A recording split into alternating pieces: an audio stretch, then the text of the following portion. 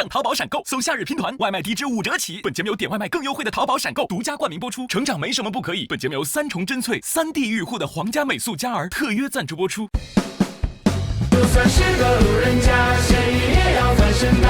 浪花飘飘飘飘飘飘飘飘飘，谁不是个路人甲？谁又有资格评价？任他吧吧吧吧吧吧吧啦啦。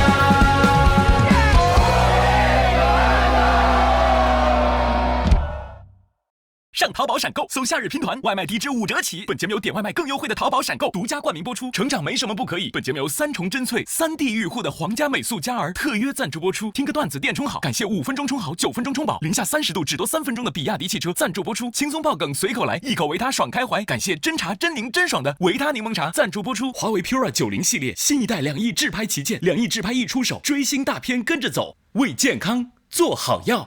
本节目由东阳光药赞助播出。土地有温度，美食有态度。感谢爆笑零食好 homie 10个晴天美食小铺赞助播出。我们第1赛段盲盒抢金赛最后半场的比赛开始。首先是愤怒，说77，凭什么？然后得出答案，77，资本。最后盖棺定论，77，爱奇艺长公主。总有人说孩子跟爸姓是因为父权，我觉得姓啥这个事儿，子孙也该有子孙的权利。我支持孙权。医生做了个检查，说看了半天，你好像不是这个病。晴天霹雳，这么多年白瞎。而且我靠这3根手指还做到了领导的位置啊。所以你们不要看我手这个样子，其实呀，我手底下全是你们这个样子的。小的时候我们放牛的时候会给嘿嘿，把牛做成牦牛肉会给嘿嘿，牦牛肉卖不出去给嘿嘿，丁真直播把它卖出去了给嘿嘿，全民给嘿嘿。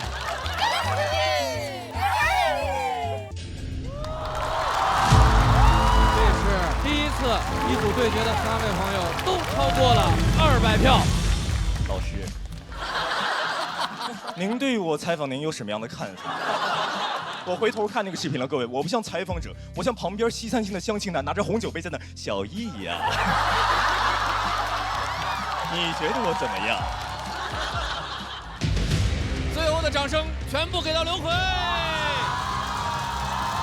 喜你在车轮战中杀了出来，直接晋级，并且拿到复活金牌。在这里恭喜晋级的所有演员朋友。分数高的演员朋友会出现在北京、上海、重庆的街头大屏。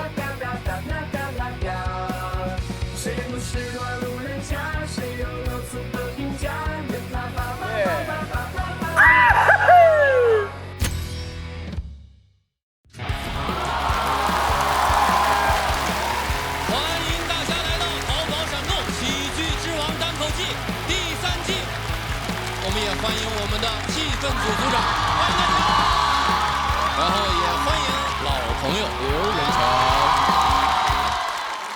这个奶油哥，您最近在这个各种综艺上那个闯祸的场景，大家都非常闯祸来的，但是我真是第一次线下看脱口秀。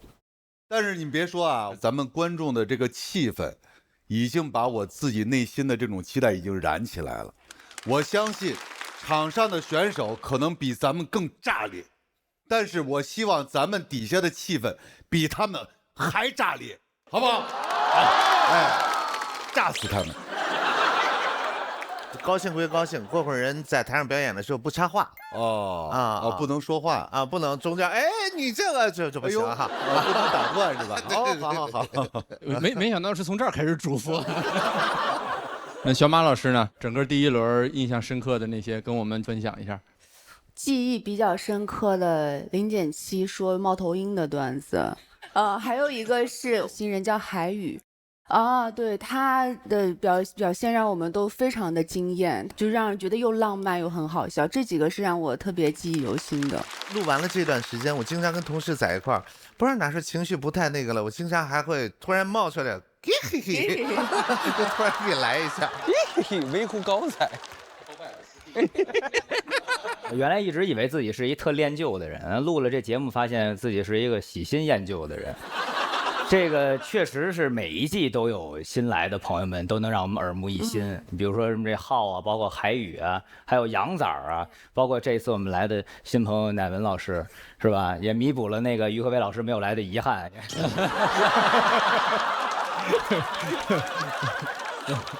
所以我觉得还是期待今天的比赛吧。真好，谢谢各位。我为各位介绍一下第2赛段对抗路友谊赛的玩法和规则。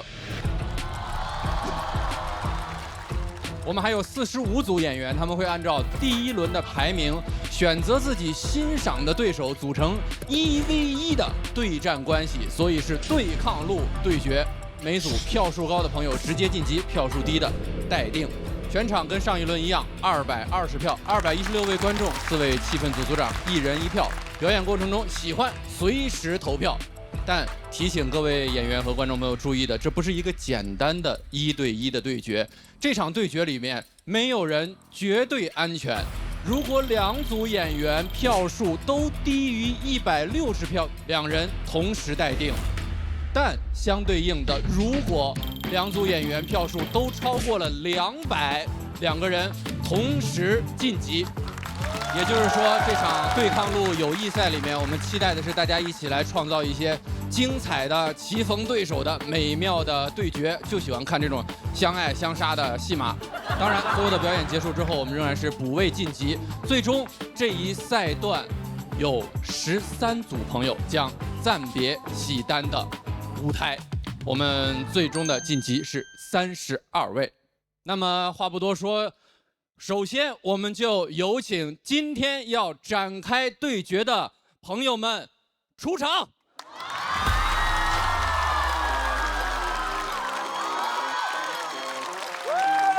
太帅了！我们欢迎徐福气、翟佳宁、张武伟、刘奎、陈数、林简七。哇！唐凯峰、肉食动物。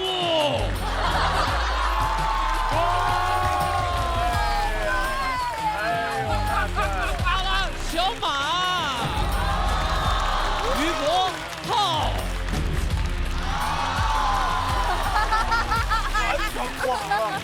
辛博7号。欢迎我们参加首场对抗路友谊赛的所有朋友，期待各位的精彩对决，请前往备战区入座。欢迎。庞博，您说他们这个1v1是怎么选？就是我跟你熟，我挑你，还是说我恨你，我挑你？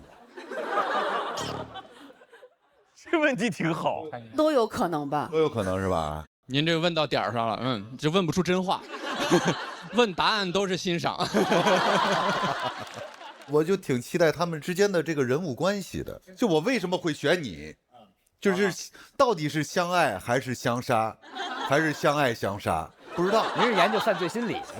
反正我就很好奇，你知道吗？但他们这里好多的确都是本身就很好的朋友，就组成了一对。比如陈数和林简七，他俩不就是很好的朋友吗？是吧？是吗？一般。公开资料记载还是啊。我俩哪有公开？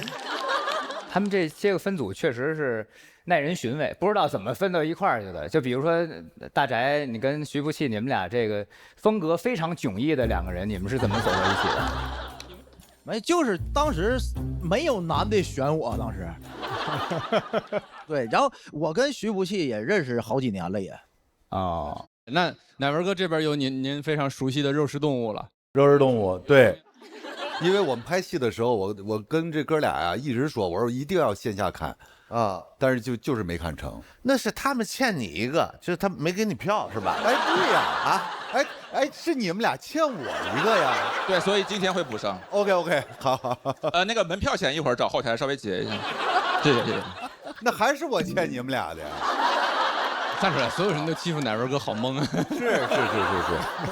今天来到现场给大家加油的，还有我们坐在2楼的很多俱乐部的负责人，然后也欢迎我们节目的很多编剧来到了现场，欢迎你们！节目离不开编剧的付出，当然也离不开上淘宝闪购搜夏日拼团，点外卖拼团更优惠。本节目由淘宝闪购独家冠名播出。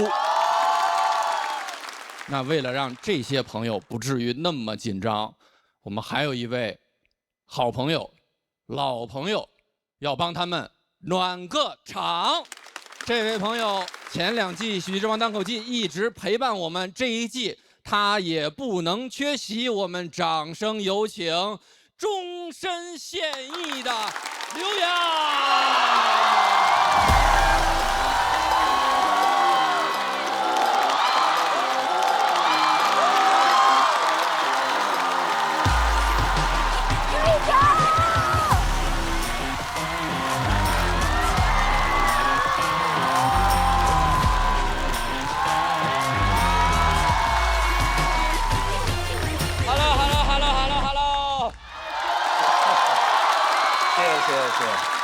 哎呦，非常的激动，然后非常开心回到这里，非常开心回到这个舞台。但这次不是来比赛的，这次就是来给大家开一个场，然后也跟大家聊一聊，就一个脱口秀演员不比赛的时候，基本上每天都在干什么。很简单，就是长见识，每天都在长见识。我有个儿子，各位知道吗？哎，真的，时光荏苒，朋友们，当年我站在这个舞台上，我儿子刚刚出生，谁能想到2年后，我儿子已经2岁了。哇，天哪！然后我当时，我前段时间让他给我长了个见识，带我儿子去体检，我给他买了个体检套餐，然后到了医院之后，然后医生跟我说，他说：“先生你好，你这个套餐里面啊不包含听力、视力和智力，要不要加钱测一下？”我说：“这是我唯一关心的3个指标，谁关心我儿子尿不尿糖啊？”然后我说得测呀，你这套餐套什么了？就套我了这个。他说 OK， 那我给你测呀。他先把我儿子放到一个凳子上，然后在2边打了2个响指，然后给他拍了张照片。我说 OK， 这是建立档案吗？他说已经测完了。我说就您这2个响指，大概我得单交多少钱？他说您到那边交900块就行。我说多少钱？幸亏没问。我怕他觉得我听力有问题啊，太可怕。然后他问我，那先生智力还测吗？我说这不已经测完了吗？他爹是这个智力，儿子能好到哪儿去呀？这不2代弱智吗？是吧？我带我爸也看过病，我带我爸看病的时候也很长见识。我爸是这样，我爸60多岁了，然后他呢小腿突然开始肌肉萎缩，然后我带他去医院，我给他挂了个巨贵的专家号，各位1200块。1200块，我说我爸的腿有没有毛病无所谓，我的孝心挑不出任何的毛病啊！当代24孝，刘洋挂号，太贵了这个号，这号贵到我爸都开始胡言乱语了。我爸见到医生，先跟人家分析他的病情，说您说我这个病会不会是小儿麻痹呀？医生说一般60岁啊就不小儿了。我听了之后我就一个感受，我说你看，我说我儿子智力不用测吧啊，祖孙3代弱智啊这是。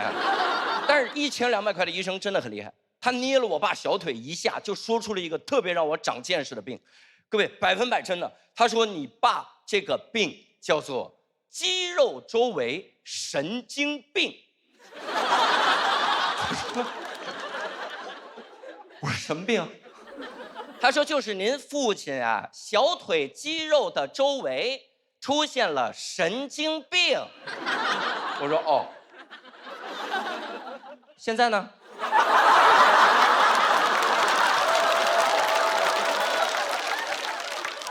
现在还有神经病吗？更严重了，怎么可能？但是一直在长见识，我性格都已经变了。以前的我性格就是遇到什么事儿我就是努力啊，就是这样。我现在的性格就是尽力了，尽力了。性格发生很大的变化，发生这个变化是因为今年年初我长了一次见识，我受邀去参加 Vogue 的年会。Vogue 呢是一个很顶级的时尚杂志，它每年会邀请一些我们这种所谓的名人去参加哈。尤其是那种初出茅庐便大放异彩的人呢。哎呦，然后那些大放异彩的人没空，我就去了哈，我去了。然后我其实非常害怕时尚，有一次我去拍那个时尚杂志，然后那个人先给了我一件座山雕一样的皮草穿上，然后外面让我套上一个福尔摩斯那样的大衣，在外边还要套一个木木警官那个风衣，在外边还要穿一个雨衣。我说 OK， 是一会儿明星来了从我身上挑衣服吗？1.73米被当做衣服架子的这个机会可不多呀啊！我手抬起来再挂2个围巾得了。我非常非常敬畏时尚，所以那天 Vogue 年会的当天，我用单口喜剧演员最高的礼仪来打扮自己，我洗了把脸，甚至敷了个面膜，朋友们，哎呦。太精致了！我一看镜子，我说这还是刘洋教主吗？这不仙女教母吗？哎呦，太精致了！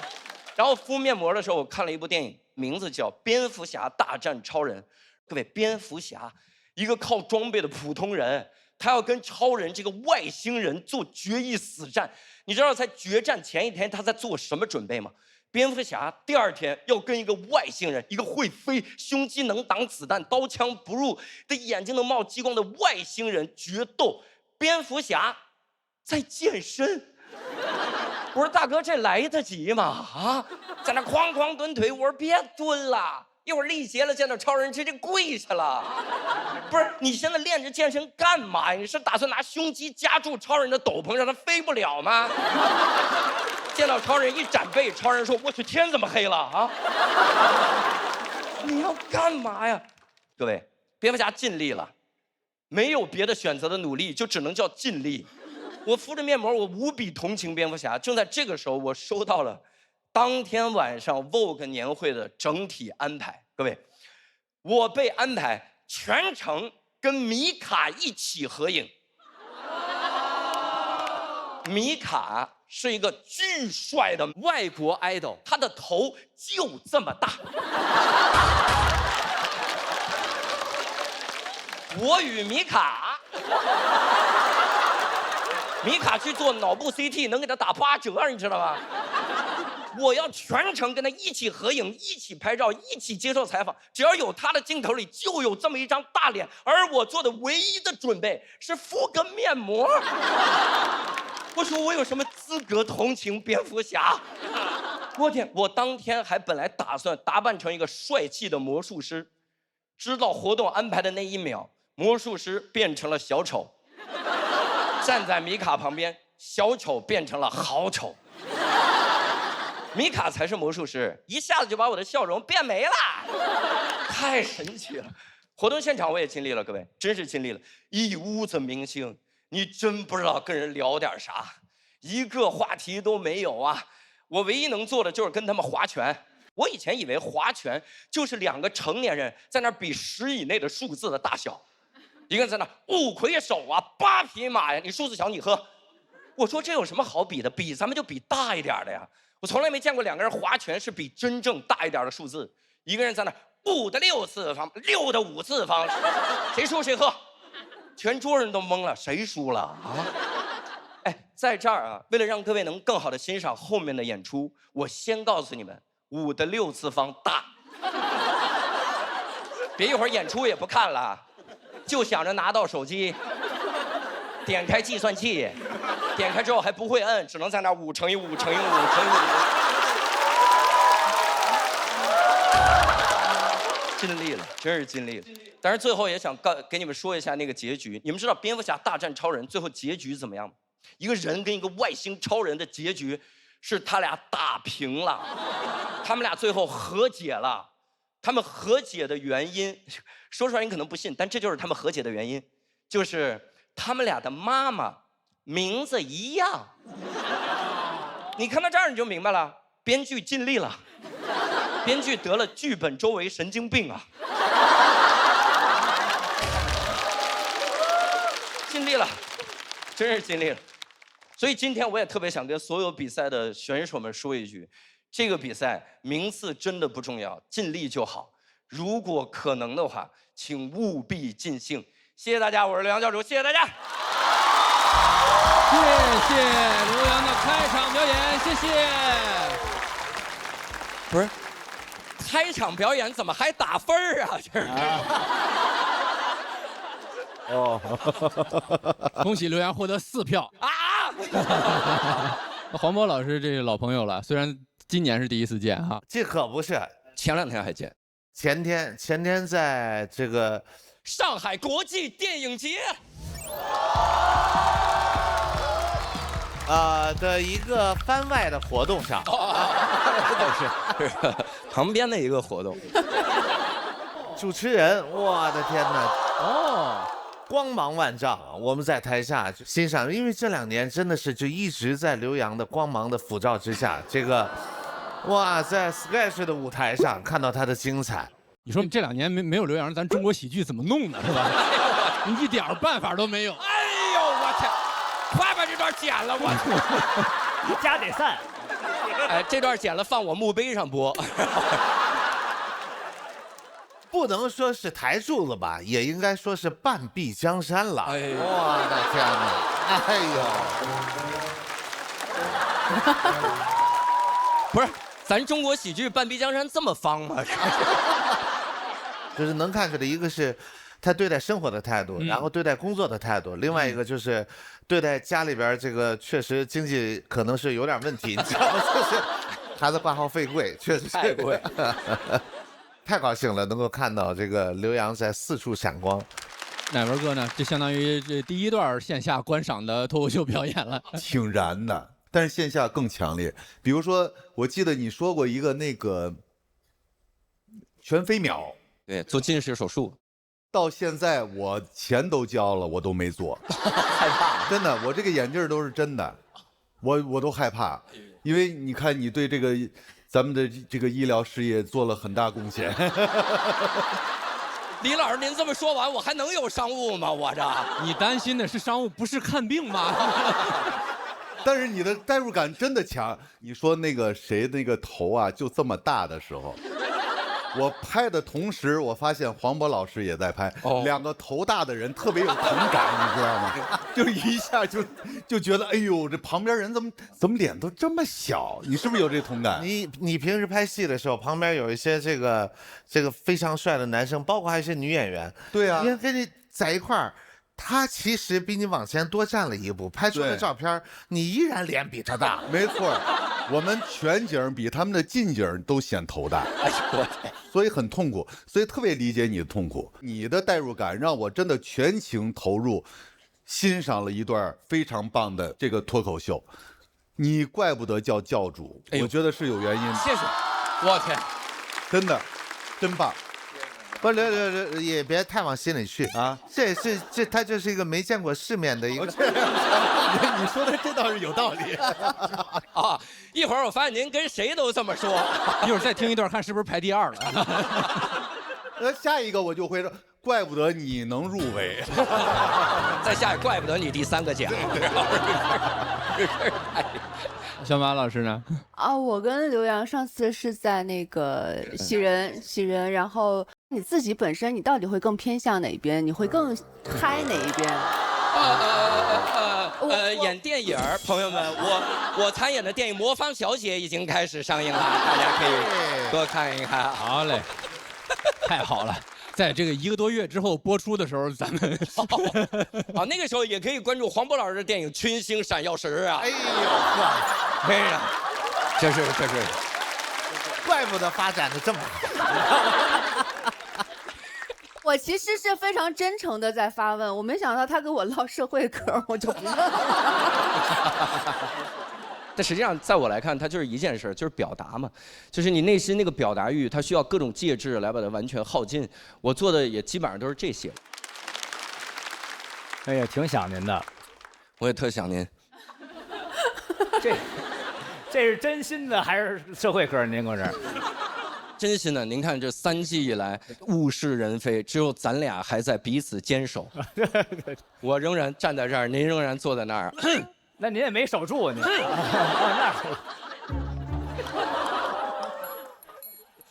但是我会演戏去吧，我会演戏，我也聊不了这个嗑。好嘞，谢谢刘洋，谢谢，谢谢大家多捧场，谢谢大家，谢谢刘洋。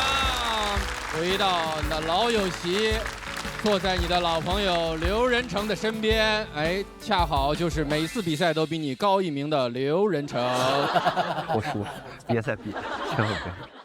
但你坐在他的身边，可以找一找米卡的感觉。好嘞，我们比赛开始，好不好？第一组对决，请大屏幕为我们展示要出场的是哪2位朋友？开场就是强对决。还挺期待的，他们2个人 PK 就有一种宿命般的对决，就是想从去年一直打到今年。挑战嘻哈的朋友可以站在他的身后。哇！我对于输这事儿我已经有经验了啊，所以今年想再比一次。像我这种好战分子，肯定选辛博。整体感觉他更加的成熟了，今年能感觉到他对自己的去年发生的很多事儿有了很多新的理解和认识。我们俩，我感觉就是让我回到读书那个时候，就可能2个人在不一样的班，反倒很希望能够跟他有一个机会一起考一场试，然后我们用这个成绩来给自己一个答案。喜欢赢，哈哈哈。欣然接受你的挑战，勃然大怒，打完干饭。那第一位要出战的朋友就是喜单舞台上一直以勇猛著称的这位朋友勾拳。战过魔王，哎，第2次挑战嘻哈，不得不说啊，发现强者的眼睛，欢迎辛博。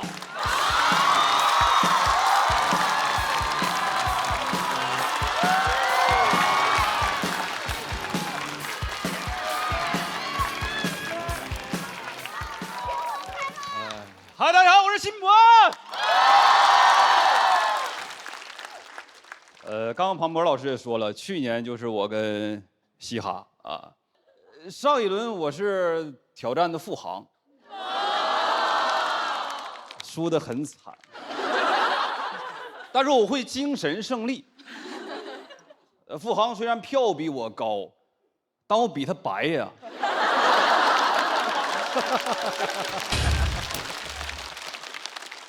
比他拟人。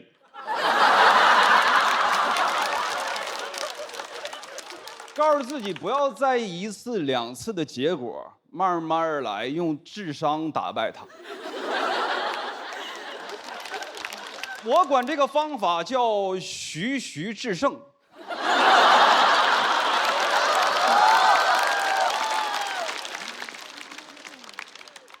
生活里我也比较爱比，喝啤酒，我必须喝的最多。还得去洗手间的次数最少，如此甚好。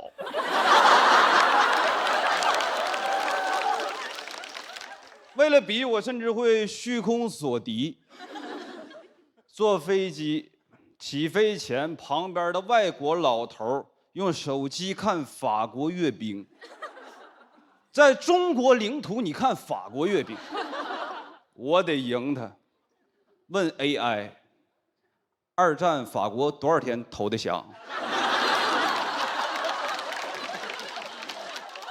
此为1胜。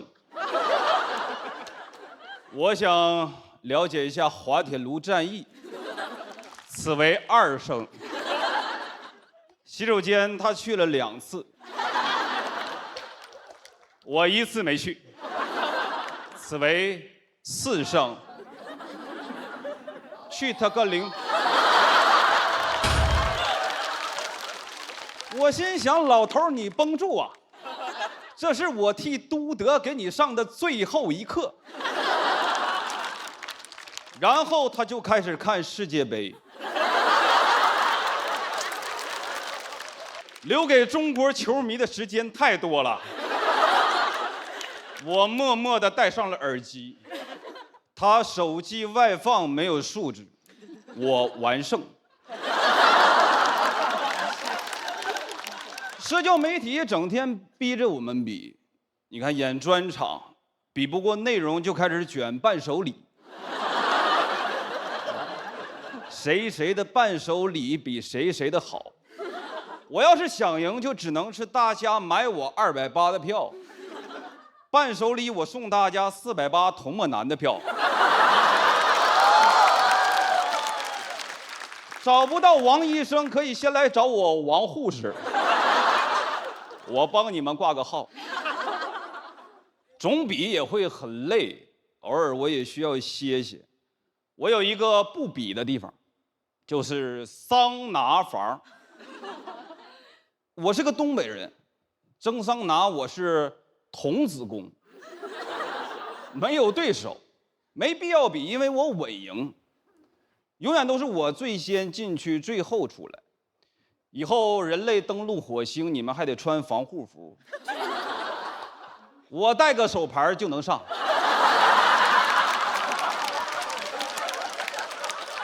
马斯克站在门口，男宾一位。关键寓意也好，进去了就能红。出了汗不冲还能热搜。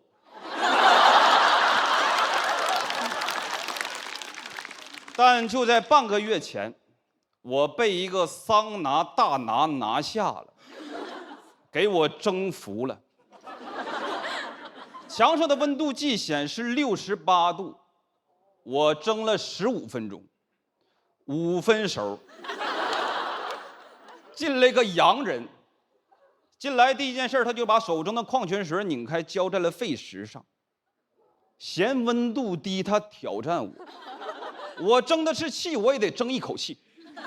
我相信汗水不会白流，每一滴都是为国争光。而且我东北人，喜剧能输，洗浴我还能输。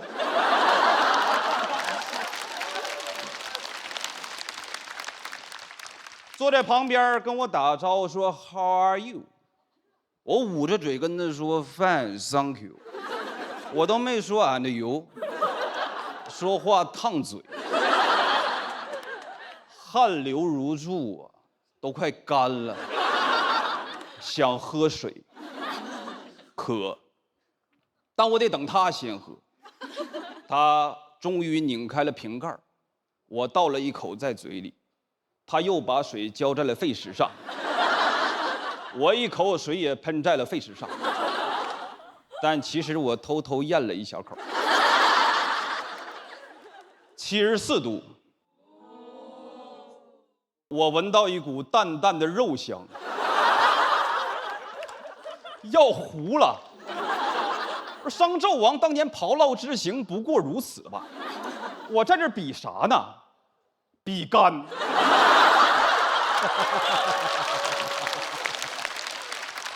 我也想把我的心挖出来看看，是不是上面刻着爱比赢？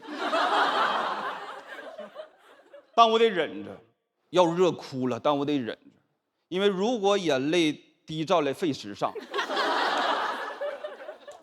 决定以后再也不吃葡萄干了。只有我知道葡萄经历过什么。对着桑拿房的玻璃门，我的脑袋上开始冒白烟，我物化男性了。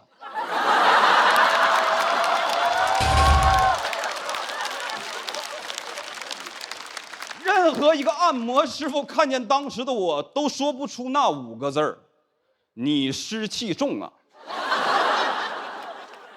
得精神胜利了，我南宁他。身材比我好，此为一败。体毛也旺盛，让了我一套保暖内衣。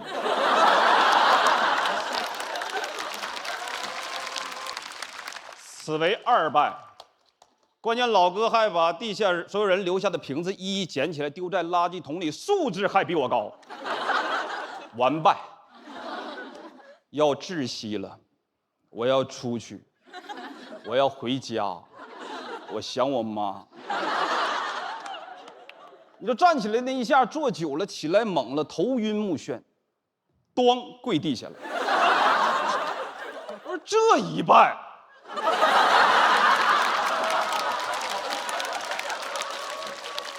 一拜天地，他居然还过来扶我，一伸手，我赢了。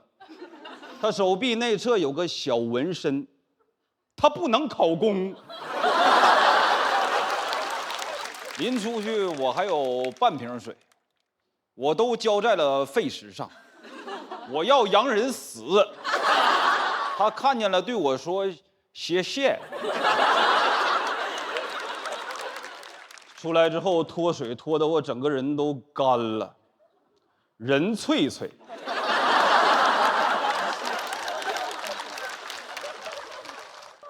猛猛喝水，找了个汤匙泡了半天，才发。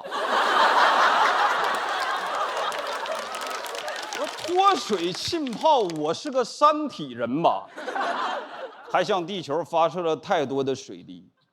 经验就是以后在桑拿房遇到陌生人搭话，记得不要回答。我不怕输，朋友们，但好像除了赢，我们也没有其他的评价体系。长期主义，那其实就是比谁活得长，还是得赢。这套段子得到大家什么评价，其实我也没有那么在意，但你就是不能说辛博你太水了。我干了。你们随意，谢谢大家，我是辛博。谢谢辛博，谢谢辛博的表演。喜欢这段表演的朋友，千万不要忘记为他投票，请锁票。聊了这么多好胜、爱比，今年比赛的这个有目标吗？要不要实话实说呀？目标肯定是要拿冠军啊！因为我。谢谢，不用。因为从小我就记得一句格言，就是如果你想射中靶心，你的目标瞄得高一点，因为会受到地心引力的作用嘛。所以我从来不掩饰自己对好胜这件事的渴望，它是驱使我不断努力的一个重要的动力。希望大家都有这个状态。乃文哥，我看第一个就拍了。对，因为我觉得这辛博，我觉得你观察生活的能力其实挺强的。你看，跟刚才那个刘洋的这个风格完全不一样，他是娓娓道来，思维医生啊。然后呢，你的很多的角度跟别人不一样，跟正常人是不一样的。我拍就拍在你这个非常人的角度上了，思维二胜，思维一排。然后我这个戴上眼镜，我就很清楚能看见你这个头发的造型，这个智胜的这像不像徐志胜的那个头发？是你故意的吗？其实因为已经戴了发片了，如果不戴发片，跟他几乎是一样的发型。哦，是吗？对。思维三胜，思维智胜。你的文本的每一个谐音梗也好，每个小包袱也好，让我觉得很惊艳。你是我看到的第二场脱口秀的演出，真是不一样，非常棒，非常棒。你应该说，你是我目前以来此生看到过的最好的脱口秀现场。目前是啊，目前是。刚才刘洋是。李老师，我还在呢，老师，我还在这儿。三胜都剩我了，是。其实他就特别稳，我看之前他的那个好多表演也是，他也靠文本的那个对仗的节奏，前面给你埋下来，后边该怎么出，就是特别有底哈，他就是不慌不躁的，慢慢的往外出。而且又是在讲好胜心，其实这个不是那么好找好那个分寸，但是我觉得特别有趣。这个啊，我也比过，就是你说的那个喝完酒不上厕所，桑拿看谁蒸的时间长，我有同感，真的快死在里面了。就男孩儿，哎呀，这岁数咱说男孩儿，反正就这意思，就是你理解精彩，对，反正就男的，就是这个胜负欲还真是在心里，就是从小就有这个种子。都一样。刚才我听辛博说的时候，我就想到我小时候，我荡秋千，我一定要比别人荡得久，我一定要比别人荡得高，人家都下去了，我还要在上面。就后来开始大回环了，是吧？后来练体操去了啊。但是辛博其实他的舞台上和他私下，我觉得反差还蛮大的。你在台上是一个就挺有攻击性的，但是你又很自信的那种状态，有点狠的感觉。然后那天我看了你的婚礼的 vlog。然后他就跟他太太在说，他说宝贝你那个往里站一点，要不晒到你了。就是跟他在台上跟我们交流什么的那个语气完全不一样。我觉得那一面是很特别的一面，是留给你爱人的一面，就一下子就触动到我了。对，感谢您老师。生活里的朋友了解我知道，其实我本身攻击性没有特别强，甚至还是一个相对来说比较愿意去照顾别人的人。可能到了一个带比赛性质的舞台上，我就是想比想赢，然后我觉得你想赢的人脸上是没有笑容的，就显得自己就会很严肃啊。但我觉得你这样很帅啊，我觉得想赢有攻击性都不是一件坏事儿。谢谢您，哎。我觉得辛博他这措辞其实特有意思。你看他要说那个蒸桑拿的时候来一外国人，你觉得这是一友人，他说这是个洋人，哇，就是我必须得跟他 PK。但是我觉得您这身上有一个特拧巴一点，在于就是您是一特稳当一人啊，包括自己在舞台上这状态，但你又同时又好胜，那你这事儿怎么平衡？到最后输了，那这怎么办呢？我觉得其实我好胜心主要体现在于我愿意做那些看上去没有那么好的选择。我如果赢了，我肯定会很开心，但产生的所有结果都是我自己能承受的。我就是想这样啊。不管能不能赢，这场比赛一定会非常激烈，一定会硬碰硬。我也不知道一会儿辛博是要接受胜利还是精神胜利。请你来到休息区。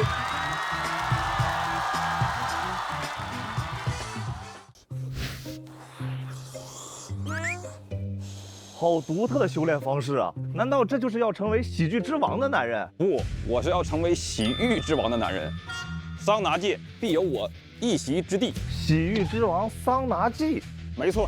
第一步就是打磨自己的身体素质，打好底子，你才能争第一。哇，这会儿来不及了吧？你得从小喝皇家美素佳儿才行啊！3重真萃，3D 愈护，守护宝宝强大体质，成长啥都可以。你让我看看。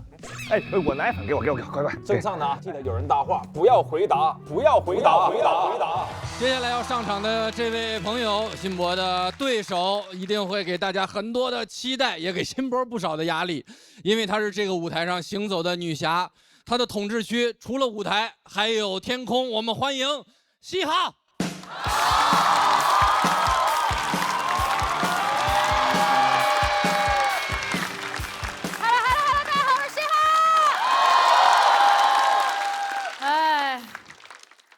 今年也来了，被勋博选了。去年他也挑战了我，我很喜欢这种坦诚的宣战，很喜欢跟好朋友一起玩一玩。今天来参加节目做造型的时候，化妆师就说：“哎呀，虾姐，看你去年1年都披了头发，我们今天把头发给你扎起来怎么样？”我说不要，大妹，因为当空姐这么多年，我快扎吐了。我现在对扎头发已经 PTSD 了，我甚至 PTSF 披头散发。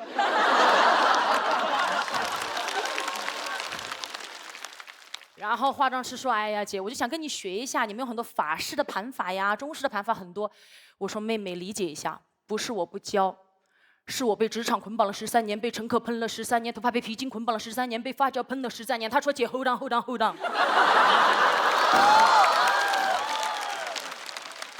他说完全看不出来，你当了52年的空姐。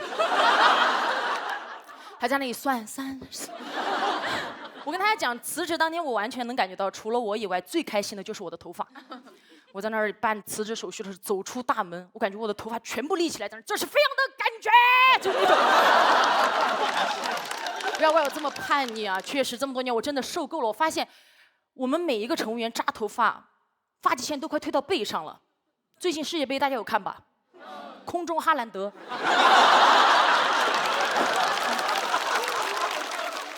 就必须固定到哪种程度，就是碎发也不行，有胎毛也要剃掉，就感觉哪怕我们这个飞机，它是个敞篷飞机，我这么天上顶风飞行，落地了我头发必须纹丝不动，感觉你退休了可以直接这么抠下来，留给下一个空姐，你跟她说端好，这才是铁饭碗。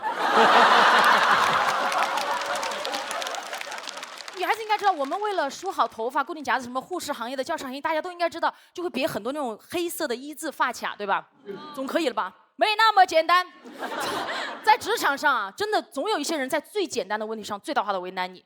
他规定要求我们头发梳得一丝不苟，但是头上固定头发的夹子不能超过6个。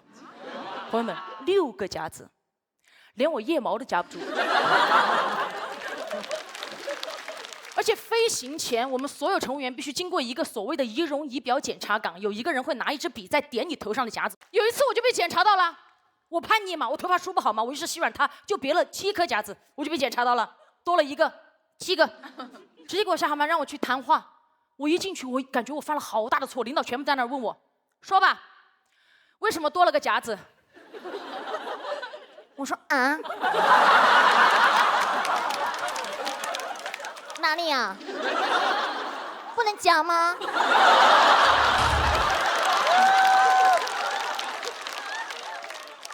领导说把你夹子从喉咙里抠出来。你在那种情况下，我本来想用幽默的方式化解尴尬嘛，后来失败了。但我实在没招了，不久后我就直接剪了一头短发。我短发空姐飞了很多年，但是又被一位领导说了我一下，他说你本来个子就这么高了，再加上你短头发，会很容易让旅客觉得你有距离感，这样很容易被他们投诉你没有亲和力。哦，高个子短头发亲和力不够，那你以后招你就招矮个子长头发，哎，你就招一群武大郎站在客舱跟旅客这么正式，对吧？什么都不用做，在客舱里面挑着担子把饼发完就可以了。但是行李就只有旅客自己放了。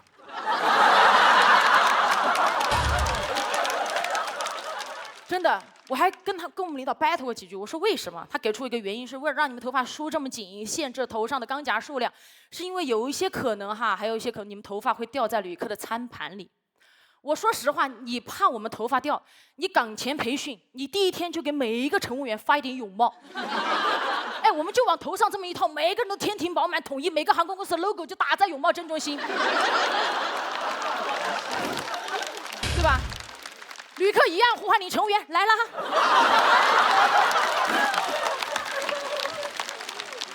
你还觉得不保险的话，你干脆面试的时候你就直接招光头，没有那么多光头，你就给他剃成光头，对吧？你到剃成光头之后，很多问题迎刃而解，你都不用规定我们6个夹子。你剃完光头，直接给我们点6个戒疤，就这么2排点上。旅客上来看，其实是2排小字，当一天和尚撞一天钟，当一天空姐发一天疯。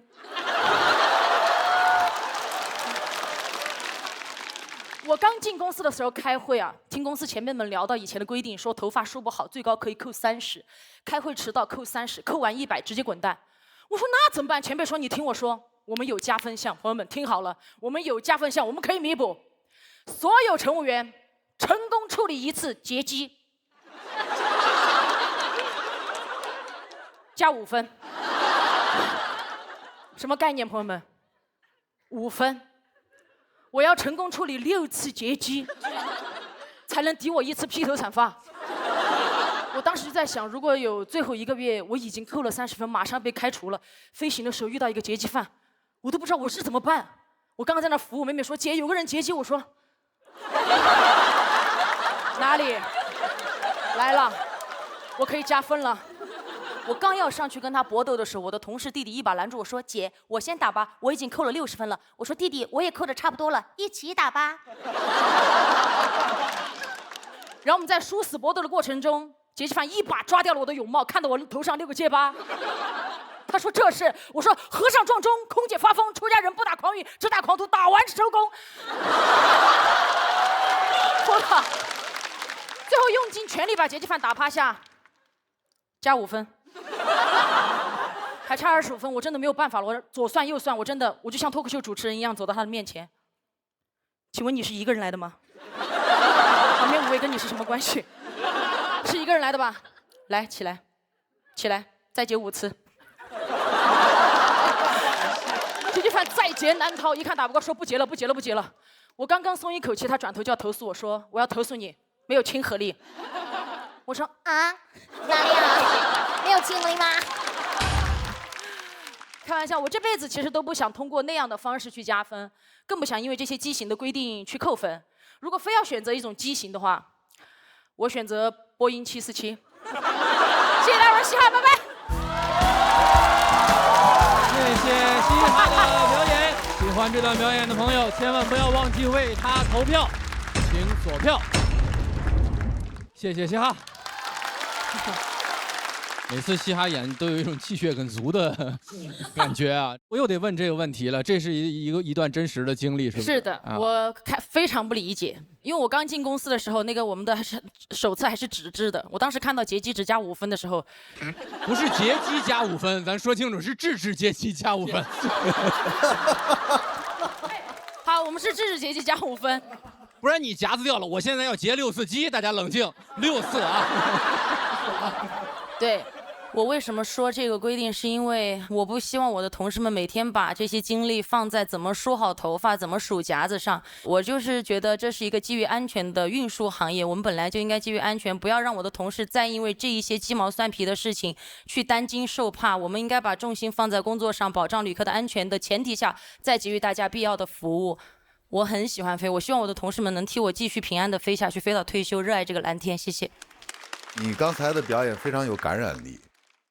我之前看过你线上的那个，也说的是空姐的。对，从那个像那个吊，对，那个太棒了。怎么了？对，怎么了？就太形象了。还有这个结基，这个为什么只加5分啊？它是这样，它分数的属性不同啊。智齿结基它可能是加了公司的大的5分，然后你扣完了，就是我们的行政分又是什么单独的分，其实它最后算下来还是统一的。但是现在OK 多了。现在随着这个民航业的发展，因为我一直在跟他们说，我说我有幸就是参与了民航业发展最快的10年左右，然后规矩也越来越好，包括现在大家看到的安全员为什么身上有执法记录仪，我刚开始飞的时候都没有的。都是慢慢的，我们在客舱里面闹事的越来越多了，以及乘务员受骚扰的越来越多了，他可以1秒钟记录下来这个东西，然后就配备的所有东西都是根据前辈们的经验或者是血和泪换来的。挺棒。所以你看，就是吐槽，我们平时也爱吐槽，但是嘻哈的吐槽就让你喜欢听，就特别有趣，而又那么的有感染力啊！我喜欢你的吐槽，很棒。谢谢。但你有没有发现，他的这个整个脱口秀里边，他的表演成分占得很大。对啊，手舞足蹈啊，他跟我们前面这个辛博这个就是完全不一样。不一样，辛博左右溜达溜达，控制一下节奏，然后再来一句，再来一句，他就有点像机关枪。说这个舞台上的精彩有各种各样的，他上来的时候我就抱着期待。对。上次我记得我说他像是就是洗完衣服抖完了以后根本没拧水，上来啪这么一抖，能抖你一身那种感觉，但是就特爽特脆，也确实是身上有一股侠气，还有一股野劲儿，这不太容易，我觉得是一股新风清风不一样的风。嘻哈好全能啊！其实你说的这些东西其实蛮严肃的，对，但是你用很幽默的方式去把它给表演出来。我觉得你的肢体、你的声音、文本各个方面，你都在给你加分，在塑造，我就觉得好厉害。看着你是一个挺锋利的人，对，我就特别喜欢这种人，就是会觉得很想跟你当朋友。来吧！哎呦！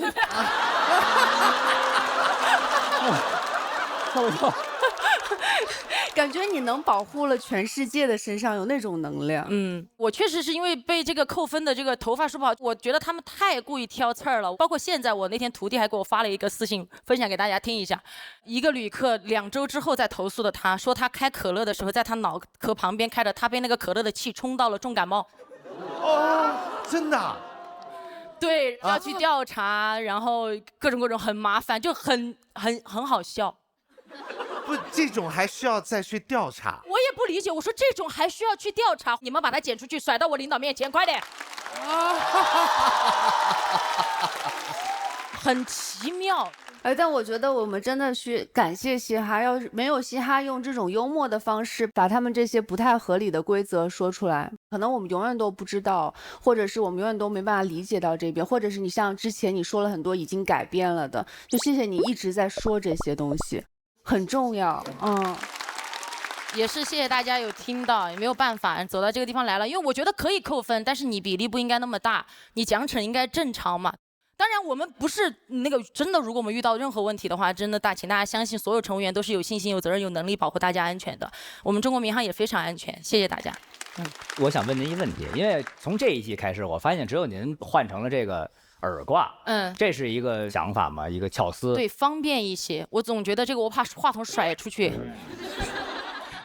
还有一个就是因为我以前是即兴演员出身，所以我戴耳麦戴习惯了。我也挺想把我即兴那一面，就刚刚那个内容形象跟单口结合一下，我觉得挺好的，我挺舒服的。因为我们就是觉得，首先说相声穿着大褂有一桌子，有时候这个符号化有点太过于太刻板。我们有时候也会想把这些东西拿掉，就像您现在这样也挺好的。哎，挺好的呀，拿掉。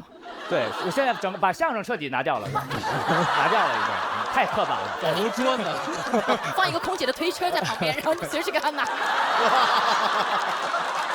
他性格真好。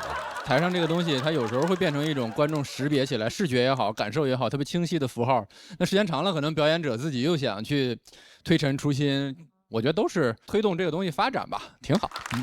好，那我们看到嘻哈跟辛博都是获得了气氛组的4票，那对决要有个结果，我们请辛博回到舞台中央。现场观众会给出怎样的结果？谁会拿到这一场的第一个晋级名额？请看大屏幕。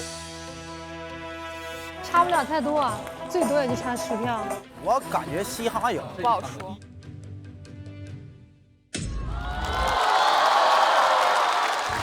恭喜辛博204票，直接晋级。厉害！嘻哈196票，也非常优秀的成绩。那我们要根据规则，暂时请你前往待定区。好，拜拜拜拜拜拜。休息啦，我来躺沙发啦。我们也恭喜辛博成功晋级，请前往晋级区。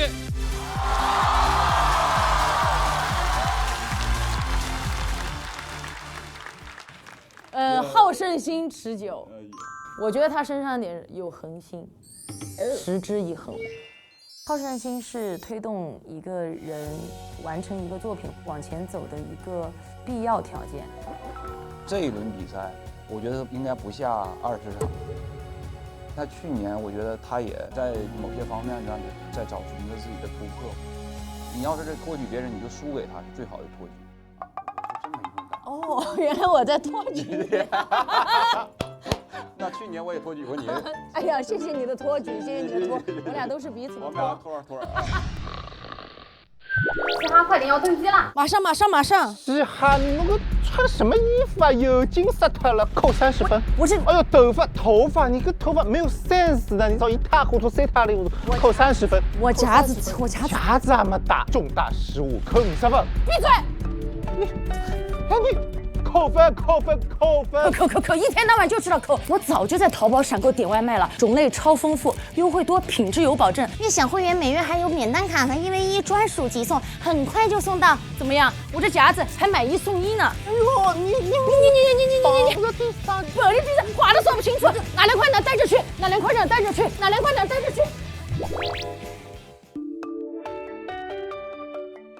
喂，您好，您在淘宝闪购点的奶茶到了。放门口吧，谢谢。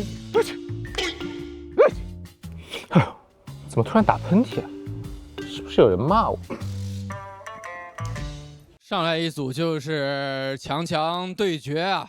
后面的演员朋友肯定有压力。我们来看一看下一组要出场的是哪2位朋友？于博和浩。因为关系好嘛，那环顾四周，周围可能因为他顺位也高。好。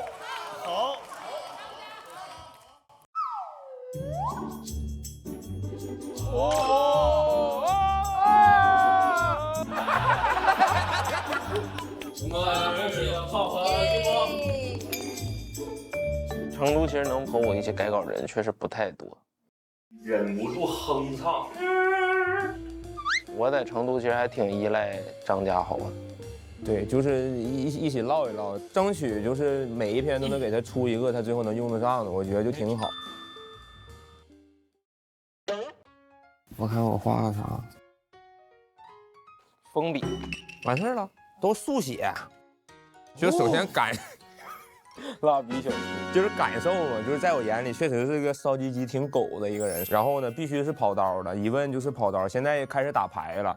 然后这个呢，我是觉得但丁照镜在我心中也是一个非常优秀的专场。然后画了一个镜面的这种成像，哎，这是他在照镜子。但是它这个镜子一点都不符合光学的传播原理。但是这面就是纸的受限，这并不是我知识的限制。哎呦，因为刚才说他是盘锦硕士王八，就给他加了一个坚硬的外壳，宽肩是他的标志，他是这个整个组里面肩最宽的人。但他最近不练，浪费自己天赋。我也认为他画比较好，这大宽肩。哎呀，谁晋级了谁拿这个当头像。对，谁晋级谁拿这张头像。嗯，首先要登场的朋友来自东北的00后小伙，小少年，但很多烦恼。哎，这次要给我们带来怎样的人生问题呢？掌声有请于博。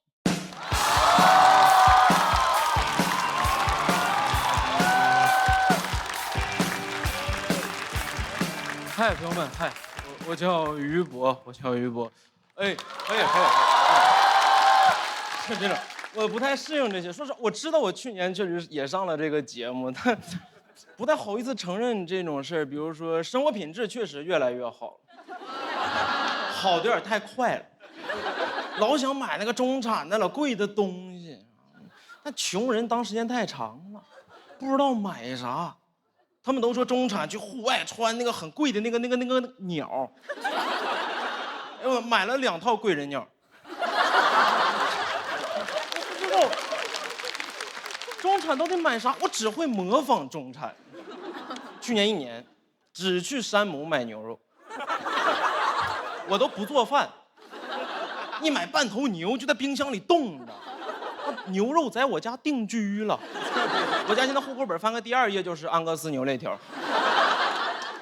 上个月买了一辆公路车，哎，太中产了，是因为我刷到社交媒体，黄景瑜就骑公路车。我说那我骑和黄景瑜有什么区别呀？那玩意儿又不是用脸骑。刷着当天就去买了，店里买。我们中产都去店里买。迪卡侬，车油啊，1300，打折的。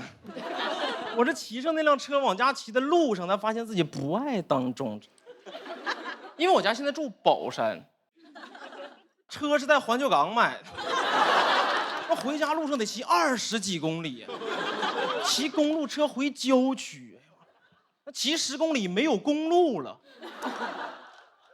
骑进工地了，我在那修地铁啊，骑一会儿推一会儿，骑一会儿，太心酸了。工人看着我都可怜，那孩子别推了，别，地铁马上就修好了。哎呦，好不容易从那个地铁里边推出来，哎。不想当中产，想跟旁边外卖骑手换车，想当众包，越骑越感受不到腿的存在，好不容易骑回家了，共情海的女儿，想要一双能走路的腿。我家是那个小区附近都叫什么共富4村，这个小区名一听就会丢自行车，这就是我和黄景瑜的区别。他住市中心，他那车据说10万，偷了就判。我那车1300，得偷3遍，刚够立案。哦，上网搜公路车怕被偷怎么办？网上默认骑公路车都是中产。第一篇笔记说可以考虑停在自己的车库里。太有道理了，你不说我以为得停在邻居的被窝里呢。最近的车库离我家1.7公里，我每天把车停车库还得扫一辆共享单车回家。哎呦，我每天讲完开放麦，骑公路车回宝山，不像中产，像知青。没人管我上山下乡上宝山呐。那种心态越骑越偏激，越骑越不小资，感觉自己特别像在农田里边喝咖啡，坐在田垄上喝美式。哎呀，身后的农民在拿铁。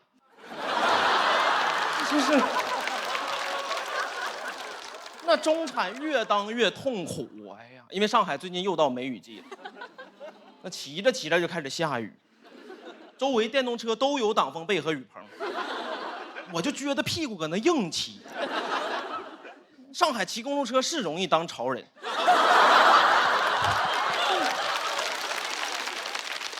有时候赶上雨大湿人。住在郊区，边塞诗人。我那生活王维都描写过，单车欲问边。哎呦，骑回家浑身湿透，腰也直不起来，像刚从水里拿出来的龙虾。公路车是没有后面的挡泥板的，有虾线。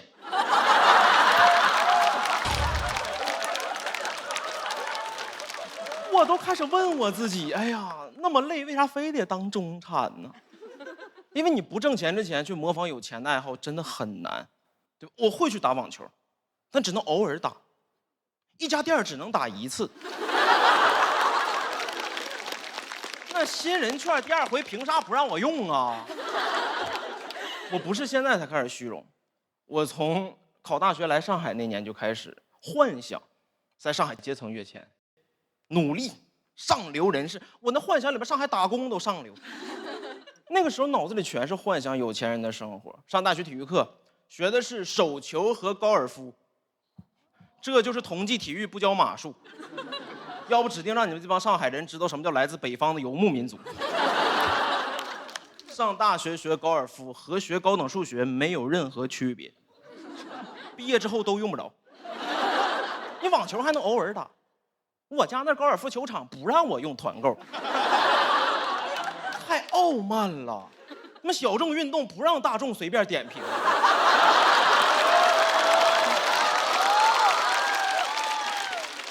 妈呀！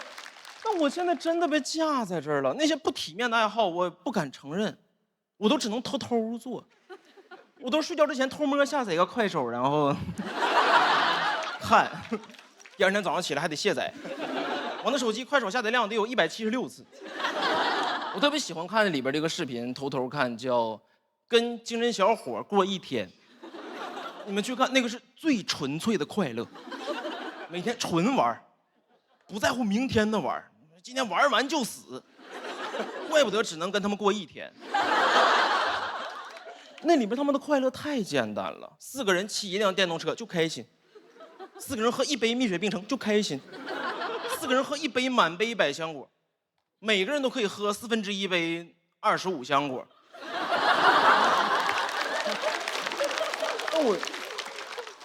我已经不敢承认我羡慕他们了。我知道我内心的真实声音是，相比于公路车，我确实更爱骑电动车。但骑电动车听上去不像是一个爱好，那是别人的职业。你骑电动车在苏州河边拿着一杯再好喝的咖啡，都像是偷顾客的。骑公路车骑的车水马龙，就是破风的彭于晏。电动车但凡闯一个红灯，超时的南瓜。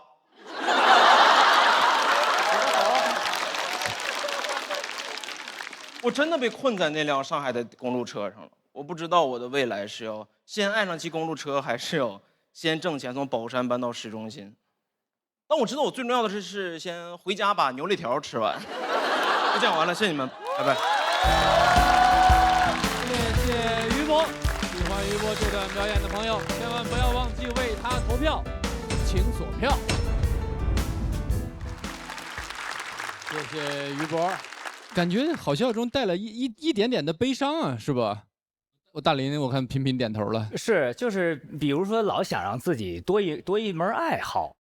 我有时候就特别犯愁，我跟于博似的，我也买过这车，但是就不太方便，有时候感觉，因为你骑它，你好像不能穿成这样就骑，你得换上那一身袍套靴帽是吧？你正经的得特专业的骑那才叫骑。就因为网上说那些骑的，他们都是住在梧桐区，下楼就骑一圈再回家。我每天回家的路上骑车，周围都是大挂，我一不小心再让它碾死了，真是。因为哪儿快呀？你这一脚蹬出去20公里，那你说在城里他们骑不起来呀？这蹬起来一脚，然后又刹车了，不知道乐趣在哪儿。我觉得这个事儿就是，难，难。他们还得穿那个骑行衣，那玩意儿更羞耻，那玩意儿。要不骑得快呢，生怕你看清楚。对，你骑过几回啊？我后来就我骑那折叠车。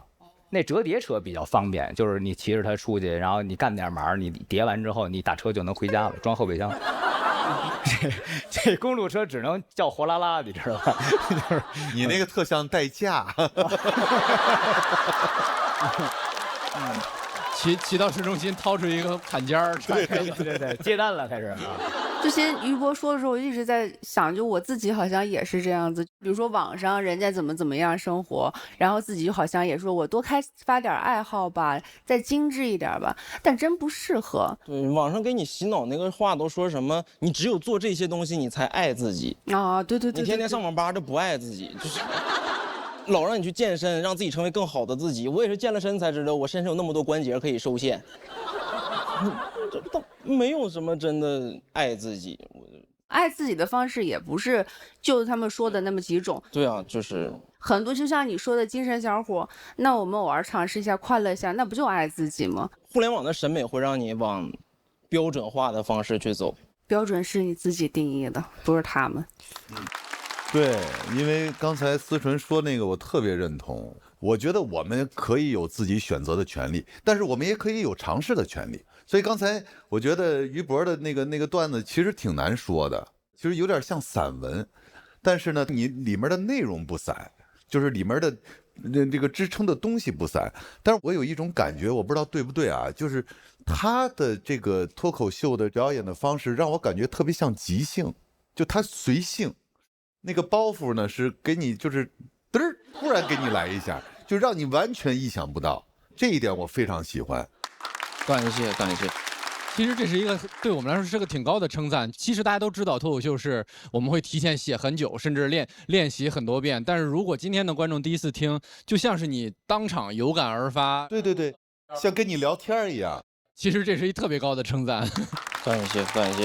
但这就是一个理想跟现实中间产生的错位而产生的这种感受什么的。我记得我刚开始喜欢喝红酒的时候，那时候觉着听了好多身边的这个懂的，什么左岸右岸勃艮第啊，各种的区分，我就买了挺多的。然后那时候正好家里边住了一哥们是唱民谣的，我们从小喝啤酒一块长大的，所以呢就是晚上那来了喝点吧，我是终于有机会跟他展示一下了，什么入口啊，什么回甘什么的。